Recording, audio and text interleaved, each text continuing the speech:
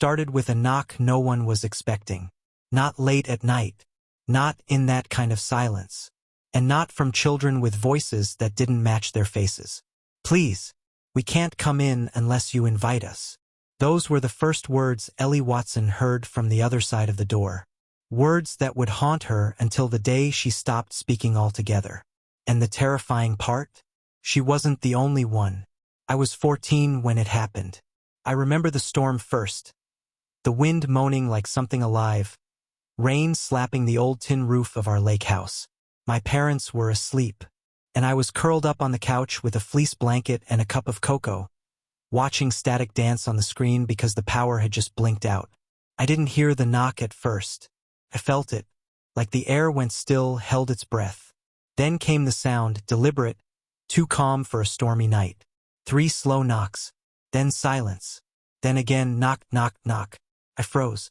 Something felt wrong, not dangerous like a burglar, but off, like the kind of wrong your body senses before your brain catches up. "Hello." My voice sounded too small. Then I saw them. 2 kids. A boy and a girl. Maybe 10. Drenched, standing beneath the porch light that flickered like it couldn't decide whether to stay on or give up. Heads low. Clothes from another decade, the kind of thrifted look that doesn't quite look right on actual children. They weren't shivering. And that scared me more than anything. The girl raised her head first, and something deep in me snapped. Her eyes. Black. Not dark. Not brown. Not shadowed by the light. Black. Like oil. Like tar. Like a void. They had no whites. No irises. Just 2 glossy pits where eyes should be. And yet, she smiled. "We're cold. Can we come in?" Her voice was polite. Robotic. I didn't answer. Couldn't. I wanted to scream, but my body wouldn't let me. It was like my mind went soft for a second. Foggy. Slow. Almost dreamlike. And then, like a switch, I snapped out of it. I slammed the door. Locked it. Bolted it. Heart racing. But as I backed away, I heard them whispering. Through the wood. Soft. Slippery. Like someone humming without sound. "You saw us. That's enough." It didn't end that night. The next morning, my parents said I must have dreamed it. There were no footprints on the porch. No signs anyone had come to the door. Except, my cocoa cup was gone. And on the kitchen table where it used to sit, a single wet child's glove. Old-fashioned. Faded blue. And cold. I never told anyone else. Not until I heard about Ellie. 2 years later, at a gas station outside Santa Fe, I overheard a man talking about a girl who'd stopped talking after some freaks came to her house one night. She opened the door, let them in, and the next day she wasn't Ellie anymore. She sat at the kitchen table for 12 hours, unmoving, eyes wide open, silent, and smiling. That's when I started collecting the stories. All across America, same pattern, same black eyes, same feeling of time pausing, bending, breaking. And the scariest part? They never break in. They wait to be invited. But once they're inside, they don't leave. Not really. Not ever. Before Ellie Watson stopped speaking. Before she sat, grinning like a doll at her mother's kitchen table for 12 straight hours, she wrote something. A single, torn notebook page. Shoved behind her dresser. Folded 3 times. Smeared with something dark. Not ink. The words were scratched so deeply into the paper, they tore straight through in places.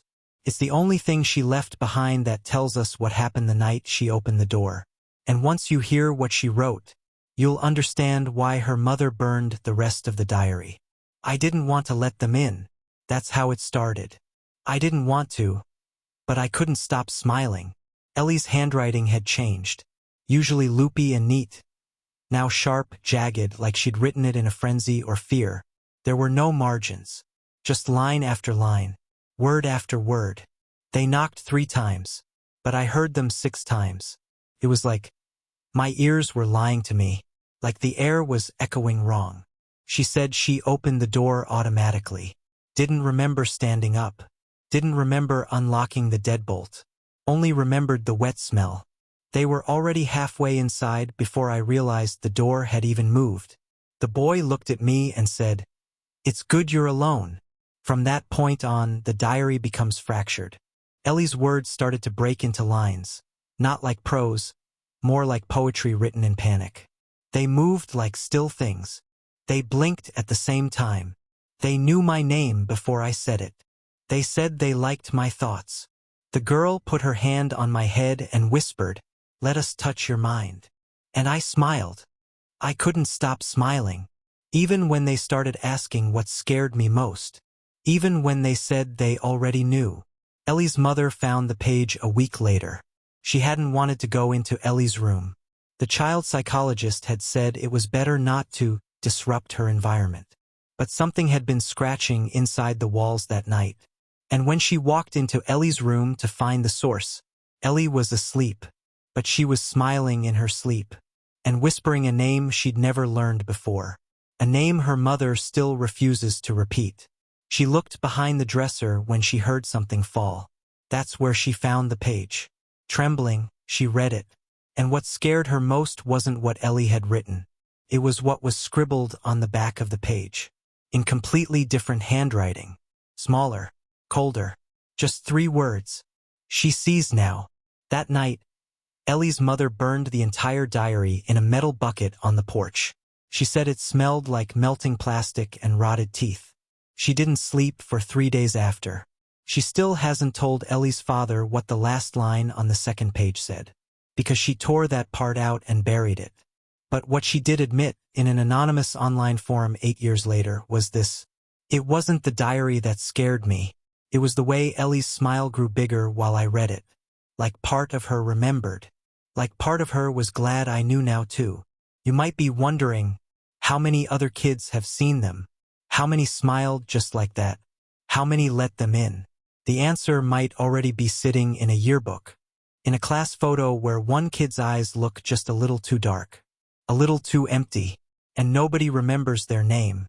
They don't blink. They don't leave. And now they live in me. That sentence, scrawled in crayon across 36 separate pages, was the only thing Casey Harrow left behind. No goodbye, no blood, no sign of struggle, just his drawings and silence. The night he vanished, the police said the front door was locked from the inside. No broken windows, no forced entry.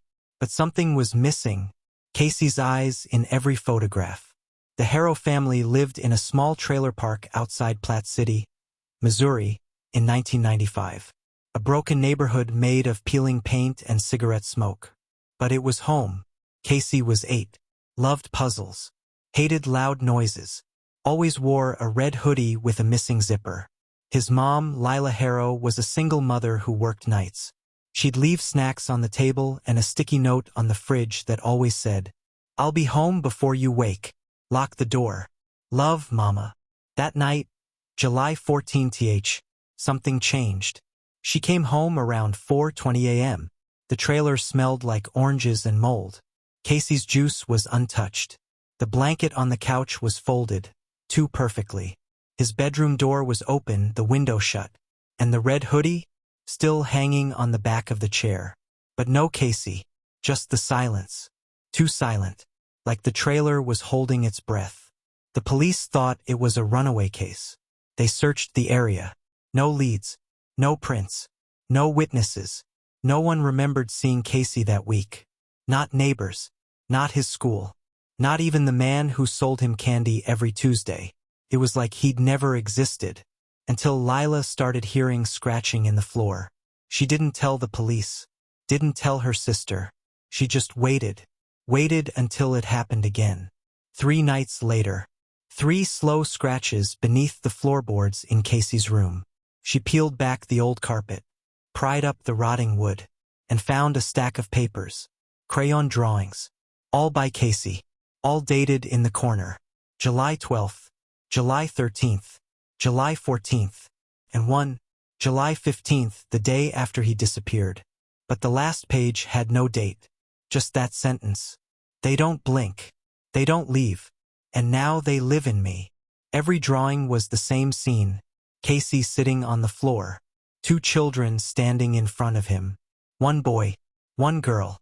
Their faces blurred, like melted wax. Their eyes, two pitch-black holes. The girl always held out her hand. The boy always had his mouth open. And in every drawing, Casey was smiling. Lila tried to burn them, but the fire never caught. She said the paper curled like it was afraid, but it didn't burn. She tried soaking them in bleach. They turned darker. She buried them in the woods. But 2 days later, they were back in the drawer where she kept her socks. Exactly the same. Not even wet. She finally mailed them to a priest in Omaha. Didn't include her name. Didn't include a return address. But that priest, Father Jarrett Clemens, kept one of the drawings. In a journal he left behind before his disappearance in 2004, he wrote, "I've seen demons before. This isn't that. This is something older. Something that asks for permission before it moves in. And once you say yes, it's not just inside your house. It's inside your memory." Years later, a woman who bought that trailer found a single drawing left behind in the wall. She didn't know about Casey, didn't know the history, but she said her dog refused to enter that room. And when she looked at the picture, she could swear it looked like her own son sitting there, smiling, staring at two faceless kids, eyes drawn in thick black crayon. No one knows where Casey Harrow went. No body, no clues, no answers. But one thing is certain. He saw them, and he drew them, and he wrote something no child should ever say. They live in me. Children with no breath, eyes like the dead moon, voices that echoed before they spoke. Those were the first words scribbled across the peeling white walls of Bear Hollow Ranger Station in rural Maine, written in charcoal, by a man who once knew the forest better than anyone. A man whose name is now a blank space in every official document. A man who forgot who he was because something else remembered for him. Winter, 2007. Mount Katahdin State Preserve. Blizzards had sealed off the old fire roads. Phones were dead. Radio towers downed. Most rangers were pulled out, but Senior Ranger Marshall Crane insisted on staying. Said he wasn't scared of trees or weather. But what came for him that night wasn't weather. The call came 3 days later. A snowplow found Marshall walking barefoot down Route 11, 30 miles from the station. His uniform torn, fingernails black with dried blood, mouth full of dirt. When they stopped to help him, he looked up and said, "They want inside your skin." Then he collapsed.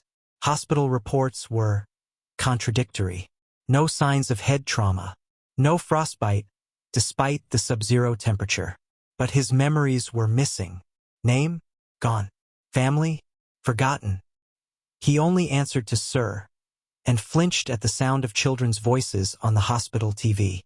When asked what happened, he wrote 3 words over and over on his bedsheets in chalk. "I let them." A cleanup crew was sent to the ranger station.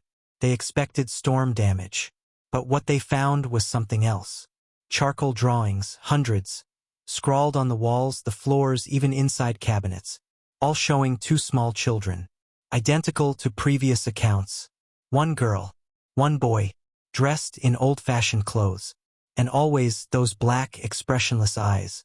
Some drawings had captions, written in jagged, frantic letters. "They don't knock, they hum. Don't look in their eyes or you'll see your own death twice." One stood in the snow, the other was already inside. "They don't melt." I watched. They don't melt. But the most disturbing image was behind the supply cabinet door. Hidden, larger than the rest, almost carefully drawn. It showed Ranger Crane, recognizable from his badge, kneeling, smiling, holding hands with the children. Behind them, the ranger station on fire, burning silently, no flames, only smoke. A psychologist assigned to Marshall's case was allowed 1 interview.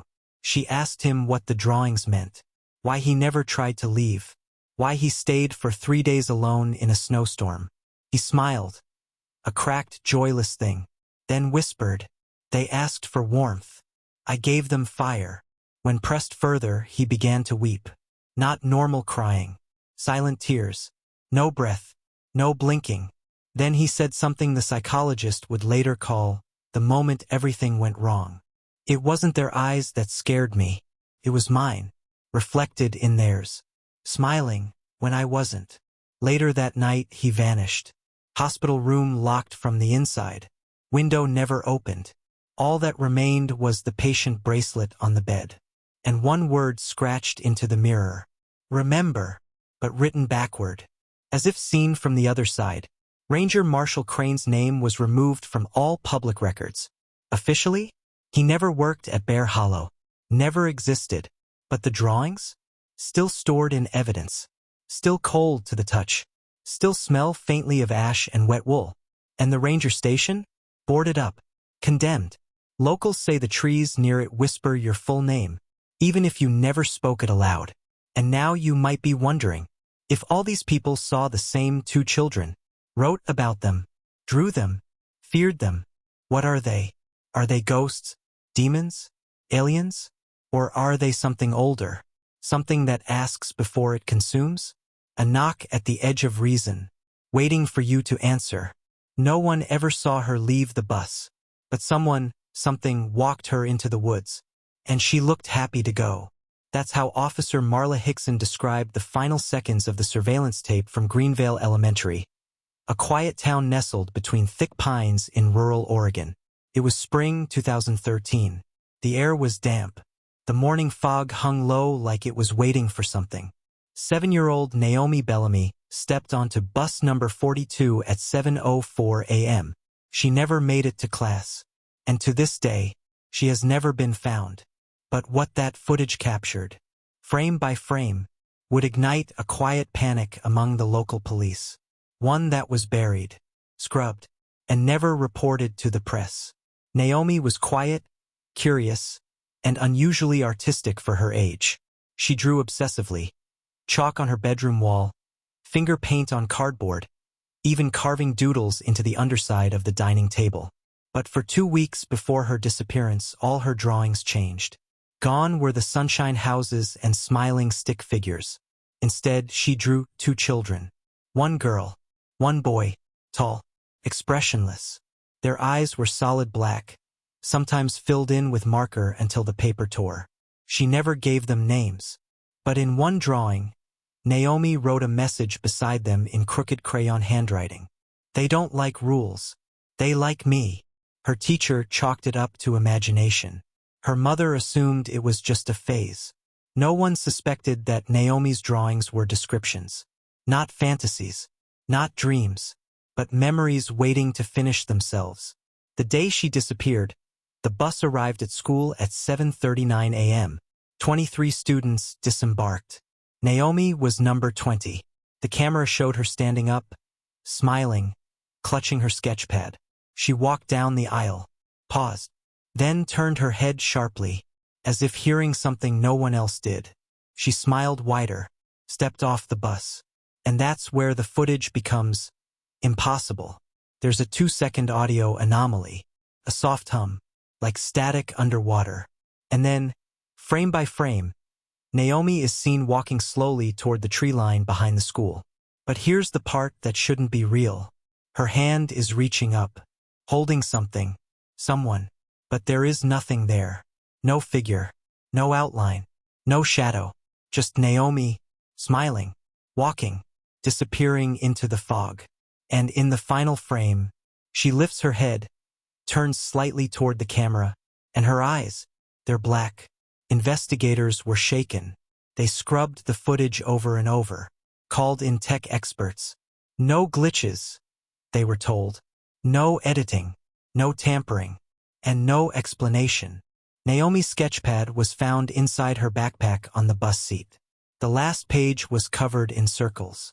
Hundreds of them, overlapping, tight, drawn so hard the pen tore through. At the center, one line in red marker. She's in the quiet now. Her mother, Clara Bellamy, refused to move out of the house. She began sleeping in Naomi's room, kept every drawing pinned to the walls, until one night, she woke up to find a single new drawing tacked above Naomi's bed. A sketch she had never seen, done in charcoal, not marker, not crayon. Naomi, standing beside 2 figures, tall, pale, eyes black and endless. One of them held her hand. The other pointed toward the window. Beneath it, A new sentence in Naomi's handwriting. Don't come looking. You won't like what you find. She took it to the police. They dismissed it, called it a cruel prank, said there were no prints, and the charcoal didn't match anything found in the home. But that night, Clara heard knocking. 3 times. Slow. Measured. Not on the front door. Not even the back. On the window. Naomi's window. She called out, trembling, "Naomi?" And a voice, soft, impossibly young, replied, "Can I come in, Mama?" Clara never opened the window. She moved 2 weeks later. Burned every drawing. Left Naomi's bedroom untouched. But the new family that moved in found one thing sealed inside the air vent. A note, folded and stapled. It read, "I don't remember my last name, but I remember her smile. She said I could stay. So now, I draw with her." And it was signed, Casey. If that name sounds familiar, it should, because he disappeared 18 years earlier, in Missouri, with the same drawings, the same eyes, the same smile. So now the question isn't just, where are the black-eyed children? It's where are the ones who let them in, the ones who smiled, the ones who disappeared, and the ones who came back different. The line was dead, and then I heard breathing that wasn't human, like someone pretending to breathe, like they were trying to sound alive. That's how call dispatcher Lena Corbin described the first call. It was October 21, 2019. A brutal rainstorm was rolling across Marion County, West Virginia.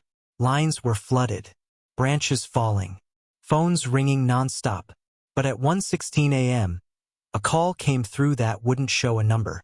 No caller ID, no trace, just a line, humming, crackling, waiting. Lena answered it like every other call. 911, what's your emergency? No reply, but she didn't hang up, because she heard something in the static. A wet, clicking breath. Rhythmic. Too slow. Too even. Then, a child's voice, soft, flat, whispered, 39.468 north, 80.175 west. Then the line cut, abruptly. It wasn't the voice that chilled Lena. It was how calm it sounded. Like it had practiced. Like it wasn't in danger, but delivering something. Lena looked up the coordinates. They led to a clearing in the Monongahela forest, 40 miles out. Remote, flooded, uninhabited. She filed it as a prank. But 4 minutes later, the same voice called again. This time with a new location. She said yes. 39.471 north, 80.179 west. Again, the line cut. By 2:03 a.m., 5 calls had come in. All from untraceable lines. All whispering different coordinates. Each one slightly further northeast. Moving, like something was traveling. And always after the coordinates, the phrase repeated. She said yes. Lena contacted her supervisor. Logged each call. Flagged it under possible abduction. But that's when things went sideways. Because the last set of coordinates led directly to her house. 39.485 north, 80.201 west. She said yes. She froze, checked her screen, confirmed it. It was her address, her living room. She was still at the call center. But her daughter, Hazel, age 10, was home asleep. Or she should have been. Lena grabbed her keys and left. Didn't wait for protocol. Didn't wait for backup. It took 24 minutes to reach her house. But the moment she pulled into the driveway, she saw the front door was open. Why, the porch light flickered, rain dripping from the roof in steady plinks. And inside, silence. Hazel was gone. Her favorite blanket was folded at the foot of her bed. Stuffed animals stacked neatly in a line. Window closed. No signs of struggle. But her sketchpad lay open on the floor. A single page torn halfway out. A charcoal drawing of Hazel holding hands with 2 children. 1 boy, 1 girl. Featureless faces. Jet black eyes. And above it she had written, "They knocked. I answered. They said you already knew." Lena fell apart. Search teams were deployed. Canines, helicopters, thermal drones. Nothing. No footprints. No scent trail. Hazel was just gone. 2 days later, Lena returned to work. Not because she was ready, but because something inside her needed to be there. To listen. To wait. That night, her headset buzzed again. No caller ID. No audio at first. Then, that breath. That slow, artificial breath. And Hazel's voice. "Mommy." I said yes. "They want to talk to you now." Then 2 soft clicks. And another voice came on the line. Not Hazel. Not a child. Not anything quite human. Just a single phrase. "Open the door." Then laughter. Not malicious, but hollow. Rehearsed. Mechanical. Click. She screamed. Pulled out the headset. Smashed it against the desk. But when she looked down, the sketchpad was there. The one from Hazel's room. She hadn't brought it. Hadn't left her seat. And the page was different now. Hazel was still there. Still holding hands. But now Lena was in the picture too. Standing behind them. Face blurred. Eyes dark. And in red crayon, written beneath. She said yes. Again. The thread Lena posted on Reddit weeks later, under an anonymous burner account, was deleted within hours. But screenshots still exist. In her final comment, she wrote, "They don't take children. They offer something. Something we don't remember agreeing to. Until it's too late. Until we hear our own voice whispering from the woods." And what about the coordinates? The ones whispered into the line? A researcher followed them all. Mapped them. One by one. And every single point lined up with a missing person case involving children over the last 40 years. Different towns. Different decades. Same whisper. Same black eyes. So now ask yourself this. Have you ever heard a knock when no one was there? Felt a sudden static in the air? A chill down your spine before you opened the door? Because if you answered, if you even thought about opening it, you may already have said yes. They didn't take the family during the night. They took them while they were laughing. That was the final line in the private investigator's notes, scribbled hastily across the back of a torn photograph. A photograph that, for decades, meant nothing, until someone zoomed in, until someone noticed 2 small figures standing in the shadows of the window, still, pale, watching.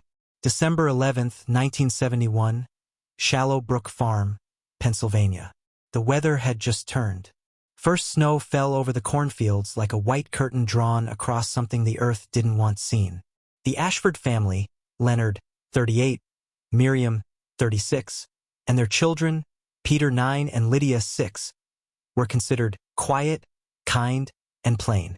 No drama, no debts, no secrets. But on that frozen morning, a neighbor reported the back door of the Ashford house swinging open. No tracks, no sound.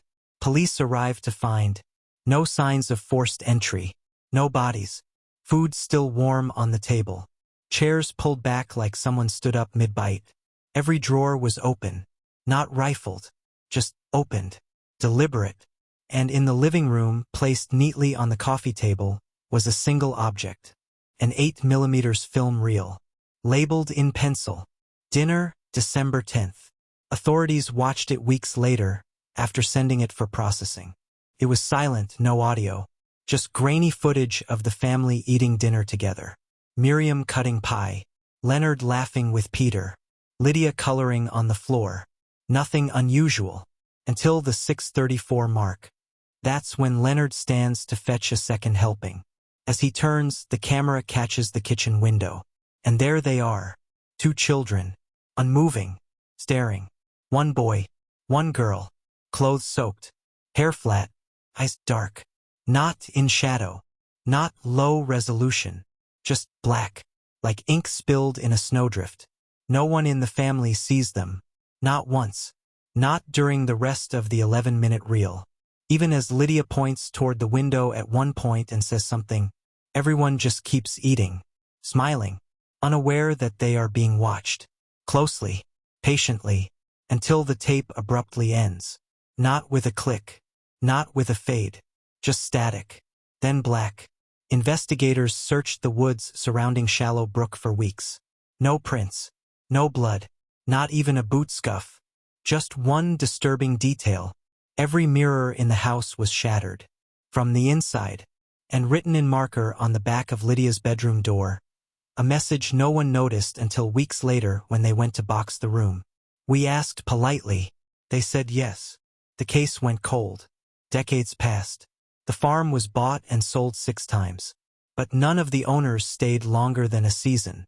Strange sounds, rotting smells, and once, a child's voice recorded whispering through the baby monitor.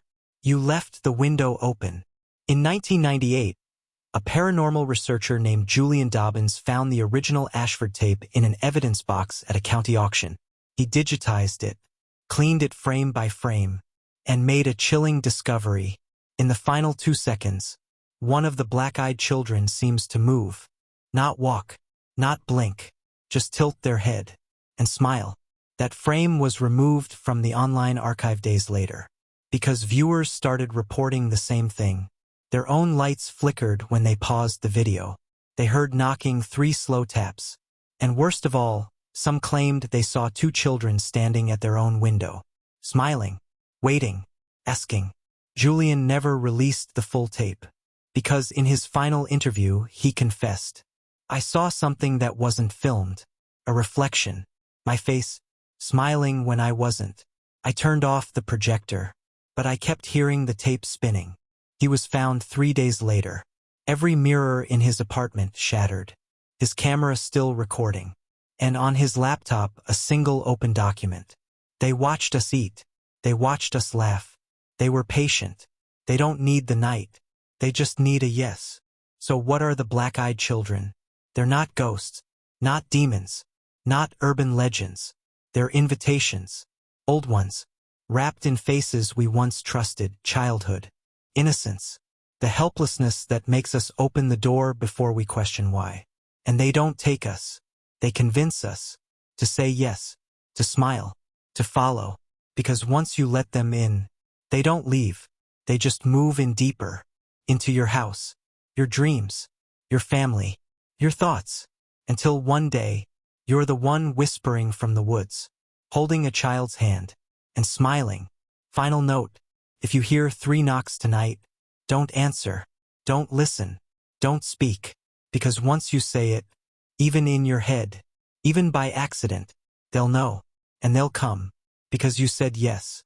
If you want more chilling true crime stories like this one, don't forget to subscribe to the Veil of Secrets.